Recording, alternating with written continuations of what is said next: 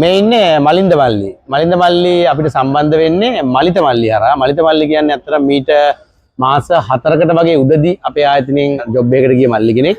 එයාට කරපු දුන්නු ට්‍රීට්මන්ට් එක සහ එයාට රැකියාව ලබා දුන්නු එකත් එක්කලා එයා එයාගේ හොඳම යාළුවට මාව රෙකමන්ඩ් කරනවා. එහෙම නේද උනේ මල්ලි? ඔව් එයා තමයි. රයිට්. මේ මල්ලිගෙන් අපි අහලා බලමු කොහොමද විස්තර වැඩ ටික උනේ කියලා. මම ආවේ මලිත් එකෙන්. මලිත ඉන්නේ දැන් එයාවිලත් මාස 5ක් 4ක් විතර එනවා. එයා තමයි මට කිව්වේ මෙහෙම තියෙනවා. කතා කරලා බැලලා මට සෙට් වුණේ ඉඳ මම දෙතුන් දෙනා බැලුවා නැත්තේ නෑ. තුන් දෙනා බලනවානේ. අනිවාර්යයෙන්ම. මේ බලලා ඉතින් මට සෙට් වෙච්ච එකෙන් මම ආව බලන්න මලිත විශ්වාසය කළා. ඒ වගේම ඉතින් විශ්වාසය රැකලා තිබ්බා. ඇත්තටම දැන් මේ තියෙන්නේ පළවෙනි ස්ටෙප් එක විතරයි. මෙයාට කියන්න බෑ මම හොඳද නරකද. මෙයා දන්නේ මම මලිතට දුන්න සර්විස් එක විතරයි ඇත්තටම.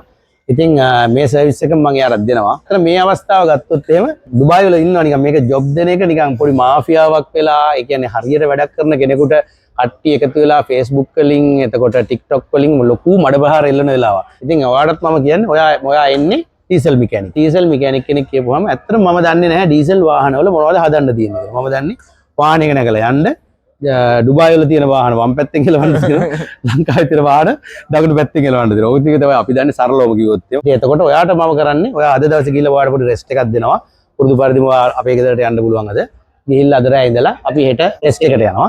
ඒ ට්‍රයිල් එකෙන් තමයි ඔයාගේ සැලරි එක සියලු දේවල් ටික නිගමනය වෙන්නේ. ඒකට අපි ඔයාලට ඇග්‍රීමන්ට් එකක් දීලා තියෙනවා. නේ?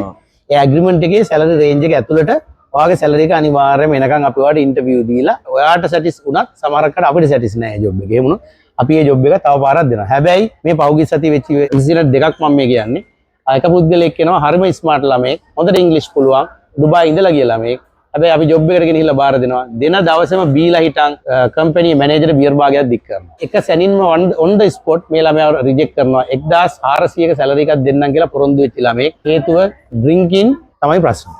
පළවෙනි මාස දෙකදී බොණ්ඩ යන්න එපා. ඇත්තට මේ රටේ ඩීසල් වාහන කියන්නේ මල්ලි ඔයයි මමයි දන්න ඩීසල් වාහන නෙමෙයි තියෙන්නේ. ඒකත් මම දැනගත්තේ ඔයාගේ මලිත නිසා. හරිද? අපි මලිතව ගරාජ් එකකට එක් කරන් යනවා. එයා ට්‍රයිල් එක දෙන්න. ඇත්තටම මමත් බය වුණා ඒ වාහන දැකලා. මම කිව්වා මලිත උඹට මේක හදන්න පුළුවන්ද මල්ලි? නෑ අයියේ මම මේ වගේ කරලා තියෙනවා කියලා කිව්වා. හැබැයි දවස් දෙකක් විතර යනකොට එයාට ඇත්තටම මේක අමාරු වුණා. එයා හිටියේ අබුඩාබි මසාප් වල. ඔයා යන්නේ එතෙන්ටම තමයි ට්‍රයිල් එකට. කියන්නේ පළවෙනි තැන නේ දෙවෙනි තැනට බයින්න එපා. හරිද?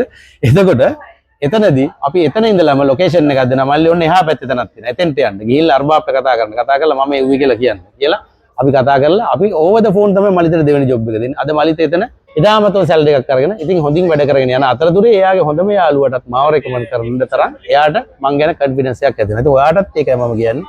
ඔයා තමයි දන්නේ ඔයාගේ හැකියාව. ඒකට ඔයාගේ ට්‍රයිල් එක අපි දෙනවා. ඒ ට්‍රයිල් එකේදී ඔයාට සාධාරණයක් ඉෂ්ට නොවුණොත් අපි තව ජොබ් එකක් දෙනවා. ඒකත් නැත්නම් අපි තවත් එකක් දෙනවා. කිසි ප්‍රශ්නයක් නැහැ. හැබැයි ඔයා ගිහිල්ලා බීලා එතන වෙන මොන ප්‍රශ්න දාගත්තොත් අපිට ඒකෙත් ඉන්නෝල් ඉන්න පුළුවන් මට්ටමක් තියෙනවා.